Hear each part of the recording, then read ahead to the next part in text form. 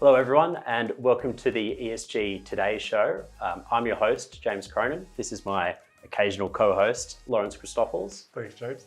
We're going to cover off in a series of episodes everything ESG. ESG, environmental, social and governance, is a very complex term, so we're going to demystify that. We're also going to help any business globally dial in and understand a little bit more around the practical elements of a whole range of different topics. In these series, we're going to cover things like property, how do you actually manage your assets, how can you effectively improve performance and efficiency. We're going to talk about how to develop a strategy, how can you deal with emerging risks like modern slavery or carbon footprint analysis. So it's going to be quite diverse. So we're looking forward to running you through and really bringing you up to speed in terms of what's happening in the market and hopefully bring to you some experts that'll give you some advice around what can you do now and what do you need to prepare for in the future? Wonderful. Well, James, really excited to be part of this series with you, and my contribution, I'm hoping, will be around the sustainable supply chain and really helping the viewers and some of the guests understand and navigate how some supply chain opportunities and risks are there as emerging through the ESG framework. It's a very complex task at the moment, so hopefully we can cover a whole range of different topics for you. In today's episode, we're going to talk about property specifically. So we're going to kick things off with understanding a little bit more around nuts and bolts about how you might manage your property. Our audience are going to be quite global, so our guest today, Steve, runs works in the engineering function within a property tech company. They've got a global presence, so offices right across the world, and Steve spent a fair bit of time working hands-on on those assets to really improve efficiencies and performance. So without further ado, I'd like to welcome my colleague Steve Melliker from EP&T. Thank you, James. It's a pleasure to be here today. I've been with EP&T for 16 years now and working hand in hand with many of our clients to help improve operational energy and water efficiency and to help them set meaningful sustainability targets and to achieve them. My background is chemical engineering, and the world has certainly changed in terms of all things ESG, I would say, in the last 12 months. So it's exciting to be working with you in this field, and happy to shed some light on this topic. Excellent. Thank you for joining us, Steve. And Steve, in terms of these types of changes that you've seen over the last 12 months, is that kind of a global change, or has it been different markets moving at different paces? That's a great question. I think it's particularly, it is global. I do think the change has been most significant actually in Australia. Europe has been quite focused on these issues for some time, and whilst many of our clients are in the property sector, and the property sector in Australia has been quite effective in pushing forward in terms of sustainability, and in some areas are quite world leading. But in terms of ESG, they're playing a little bit of catch up, and it's a huge area, and it's an area our clients want to learn a lot more about. So in terms of certain operational efficiency targets, Neighbours is a great example. Australia has been very effective in driving operational energy efficiency and upgrading their plant and equipment to be efficient, which is great. But there's a whole range of questions that we get asked almost weekly about this, and probably you do too. So I think it is a global phenomenon, but the last 12 and in particular 6 months, I think it's become very serious in the Australian market. So we've seen that change quite deeply here. I certainly, in the news, I see a lot about ESG and property often linked. I guess it's, the market sees it as a little bit more tangible in terms of things like climate change risk, or, the emergence of calculations on transition risk they talk about a lot. One of the other headlines we see a lot about is greenwashing. It's a big topic I see in the news in DWS, and a bit of trouble in Germany. Is greenwashing a topic that comes up in the EP&T team? I think it is a huge concern. I speak to fund managers and asset managers, and of course they're very concerned, and rightly so, that they want to report accurate information, not just to the broader market, but of course to their stakeholders. And they want to make good decisions about their assets and how to move forward to be sustainable and to cover off these risks. Without good data, they can't make those decisions. So I think certainly with the issues we've seen around DWS, people don't want to get caught up in that quagmire. And so being very clear about what is reported and accurate as well is very important to these fund managers. But there's two issues, I'd say. One is a greenwashing concern. That's very real. But I think most importantly for their jobs, they do want to have an efficient business. They do want to make the right decisions. It's a competitive market. They just want to have the right data to make the right decisions. So having accurate data and being informed and aware of all these issues that perhaps 12 months ago were not so central to their decision making, they need to be across that, both in terms of compliance and accurate reporting to the market widely, but also in terms of being an efficient business that can make the right decisions and capitalise on opportunities. So it's twofold. It's not just the fear of greenwashing, but that's certainly a topic I hear a lot about. So gaining good data to make good decisions will solve two very key problems: running an efficient business and, of course, avoiding the terrible problems that come with greenwashing and falsely reporting good news to the market. James, can I chime in and ask Stephen? Stephen, from an industrial and commercial property perspective, I know you mentioned the neighbours rating. That's a great initiative about the capturing of the usage. From a supply chain perspective, it's when companies are looking to go to market with whether it's a 3PL provider or distribution company or even setting up their own warehouse or DCs, how are you seeing that property piece? Because I know that now if you're going for an RFQ or a tender, they're basically saying, well, what are your ESG credentials from a supply chain perspective? Well, certainly, we've been operating for 30 years, EPNT, and our focus has been all sectors almost, apart from industrial until now. So it's been a very significant sector that unfortunately, in terms of sustainability, has been somewhat ignored. I know clients in the industrial sector have done some great things in terms of solar and renewables, but by and large, all the property companies that we have dealt with have had a sharp focus and some great wins in terms of office and retail assets, and industrial has been sort of forgotten. And ESG, quite rightly and thankfully, has shifted that focus. So a lot of our activities now is dealing with REITs who have industrial assets that they actually want to now get moving. And I think 90% of that focus has come from the ESG focus. That's very exciting for us because it's a massive sector in Australia and indeed the world. And of course, that can lead to good sustainability outcomes for companies and the environment. So I'm very excited about that. And I would certainly thank this new focus on ESG because it just wasn't moving before then. It's an interesting space, that industrial sector. We're seeing a lot more around business model and innovation in terms of, they're often large sheds that mightn't be utilised 100%, a lack of use on weekends or, unsophisticated in terms of business operations. We're actually seeing a little bit of a change in the market in terms of use of space and even use of design in the industrial sector. So looking at things like circular economy solutions, how do you actually utilise the car park as an example, as a recycling bin to collect, steel or whatever the use could be. And also looking at things like co-working space. These sheds are often in interesting locations, outside of a city that often businesses need that space to be able to rent and utilise for different purposes. So it's definitely a changing business model, I think. I think we're moving away from these, call them dumb or unsophisticated sheds, into something that's a little bit more efficient and sophisticated. In terms of, Steve, have you seen a lot in terms of, or do you have some good advice around, some practical advice that, a business that might own property or maybe just tenants, how can they get the best out of those types of assets?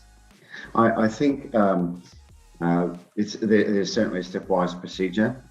We're a technology-based companies. So of course, technology plays a part, but the first thing I would say, people are always the most important. So in running any asset, try to have a really focused and committed FM team, facility management team, and they need to be supported by great contractors, and that's sometimes tough to find. But whether it be mechanical services or building management systems, really important to have techs who are committed to the cause, that understand the building and are there when they're needed. So having a good team on site is very important. And then they need to be supported by technology, because quite often these teams look after multiple sites. They can't be there 24 hours a day. So step one is to get the right team in place, to set some meaningful targets so they know what they need to work towards, and then to support them by implementing good technology and collection of meaningful, accurate, timely data is really important. And that can help inform them in operating their asset. And we tend to find there can be anywhere between 10 to 50% operational energy savings at an asset, depending on how much love and care has been applied. That's quite enormous. So having eyes and ears of that technology informing the team when there are opportunities to implement operational improvements is really important. And the last piece, again, coming back to the people, is when you have that technology play in place, there are many competing priorities at an asset, and sometimes it does help to visit the site, visit the teams, to help them prioritise those actions, those saving items that are sitting there to be realised.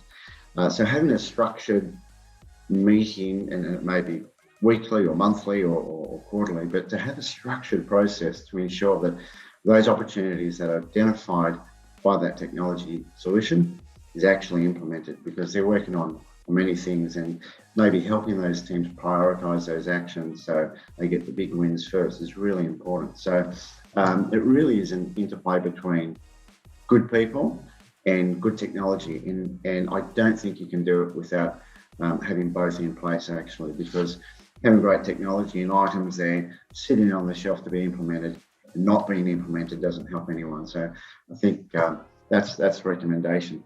Sounds easy. The concept is actually straightforward, but finding the right technology partner and the right people can be tough. But having a structured data collection system in place that actually is very clear, and you can have good reporting that, of course, informs ESG consultants in the work they have to do, is absolutely critical, because once targets can be set and you know how you're tracking against those targets, that really helps behaviour on site as well. People can really target the needy actions they need to follow up. So that's my advice. It's what we've been working on for quite a long period of time that has success. And when you get that formula right between the technology and the people, it is great fun. It really is. And why do I say that? Because you actually see the benefits when you have a 20-30% saving at any particular site. Apart from the financial or sustainability benefits, teams actually feel proud with what they've done. There's a sense of personal satisfaction, and they go home feeling every night that they've made a difference. So that's my advice in a nutshell, James. Excellent. And it's such an interesting space in terms of, the financial markets are also incentivized to kind of aid this progression towards energy efficiency. So there's, if you look out there globally, there's a lot of different financial products that might be cheaper as a loan, and you can look at things like rather than a loan, you can look at a lease structure for things like solar panels, and the government will give you a discount or a rebate on that structure. So you can actually, the government's incentivized to reduce the economy's footprint. So there's a way to kind of reduce the capex costs and kind of shift these efficiency upgrades into an operational expenditure. So there's a whole bunch of different incentives out there for businesses to really inject energy efficiency into their assets and water efficiency. So it's definitely a maturing market we've seen, and that's right across the world. No, I certainly agree. I find the real phenomenon is speaking with clients and their real energized, focused on ESG.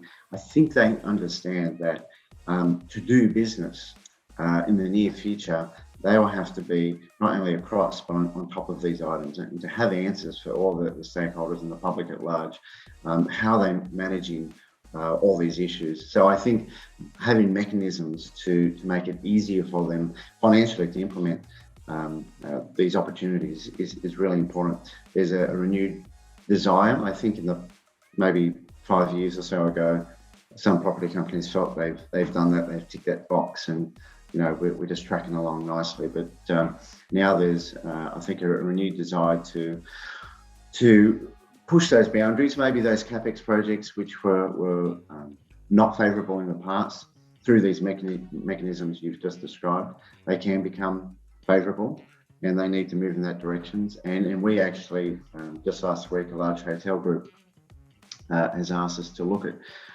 projects which previously just did not tick that ROI box, with, of course, escalating energy prices, which is a huge concern for all of us. And with these mechanisms, green bonds, they'd like to relook at those projects and embark upon them if they can. So I think there will be a new wave of activity in terms of pushing the envelope in terms of energy efficiency across these sites, continuing with the operational piece, and then further looking at capex upgrades with plant and equipment, and of course renewables where they can do that. So having discussions with these clients in terms of green bond finance, I think is exciting for them as well. So it's just beginning, but I think it will be the new world for a lot of these projects which just sat on the shelf in the past. Fantastic. Well, thank you so much for joining us today, Stephen. That was very insightful. I think it's great to get some feedback from people that are hands-on the projects, that work with the facilities managers and actually get to see the problems, as they arise and use technology as a facilitator to really track what's happening in the asset. Often it's difficult to really understand. It might be a water leak somewhere that you don't have the time to, or maybe the technology to understand and see that. So really appreciate your time today, Stephen. It was very informative, and hopefully our viewers find that technology can be an enabler for any kind of energy efficiency, but you've just got to find the right partner that fits your needs. Well, look, I was delighted to be invited on the program and participating today. So thank you for the invitation. You know my number, so when you need me again, please feel free to call and we can continue the discussion. And I wish you well on your support for companies in ESG, because there's a lot to do. So good luck with that work as well, James. Excellent. Thank you, Stephen. Thanks, Stephen. James, great interview with Stephen there. Really, emphasise that importance of the tech partnership with FM and really leveraging that. And I think from where I sit and so many companies I talk to who are in that logistics, distribution, warehousing space, people like Stephen who have got the opportunity to help them make decisions around, they might be at an existing site, they're looking at an alternative site, whether it's greenfield or brownfield, and that's a big ESG driver now. So people like Stephen and his company can help navigate not just a retrofit or an upgrade to the existing facilities, but as a whole supply chain, e-commerce, all these type of new levers are being pulled across, especially a market like Australia, which is so expansive, so expensive. I think Stephen's tech would be really well received for companies in this logistics space. Yeah, it's a melting pot of problems, I think, the property sector. It's really got its challenges. And I think we see kind of every year emerging new problems that have been identified. I always think of the cladding issue that we've had, how the impacts of that, how has that been rolled out globally? Obviously that was a huge financial problem to businesses and governments to kind of fund that process. Yeah. So spending time doing an audit, we typically, when we work with our clients, is do an audit on your asset. Understand what type of efficiency measures do you have in place. Have you looked at solar? Do you have LED lighting? Even right down to things like indoor environment quality, air quality. So there's a lot of work around VOC content of paints. Yeah. So kind of toxins that might exist in the asset and the property.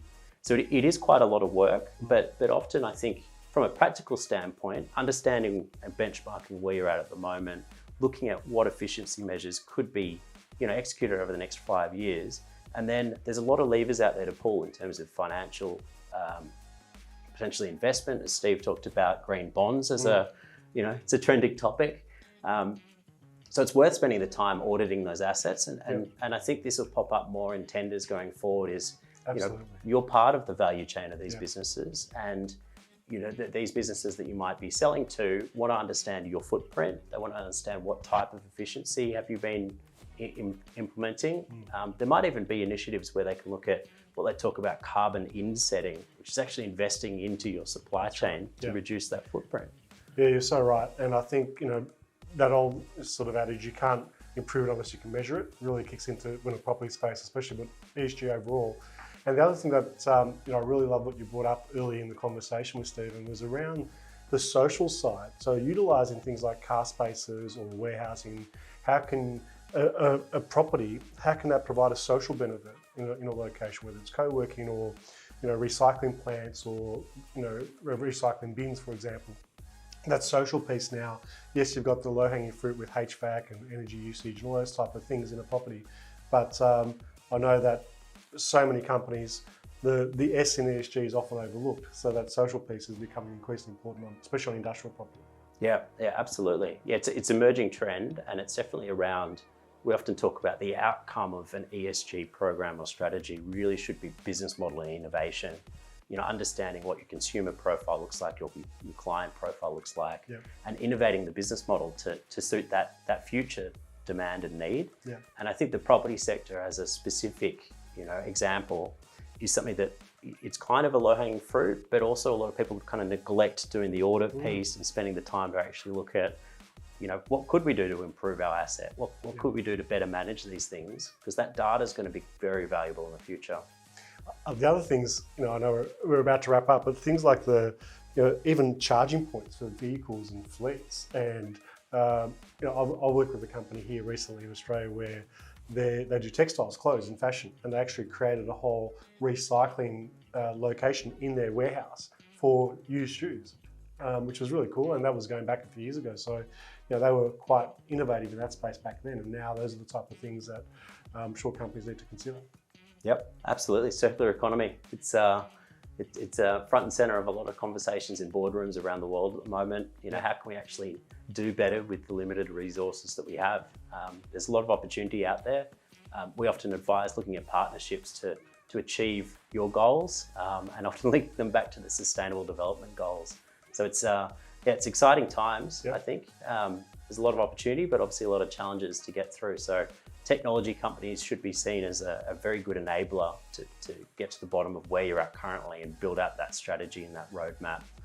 Things like in the property sector, there's a lot of 2030 targets or 2040 targets around net zero emissions. So, if you don't have the data, it's pretty hard to be able to commit to those types of things, and you bring up kind of greenwashing risks. Yeah. So it's I would suggest looking into prop tech and data management for your assets, and you're really using that as a lever to improve efficiencies. Well, congratulations. Looking forward to contributing where I can and being part of some of the episodes of this series, but it's an increasingly important series, and you're the ideal man to get that message out to the market around how ESG is evolving and how important it is for companies and individuals to really get their head around it. Thanks, Lawrence. And thank you everyone for dialing in. Next week's episode, we'll talk through everything ESG strategy. So dial in next week and you'll find out some more around practical ideas about what you could be doing now to really prepare your business for this wave of change that's coming in.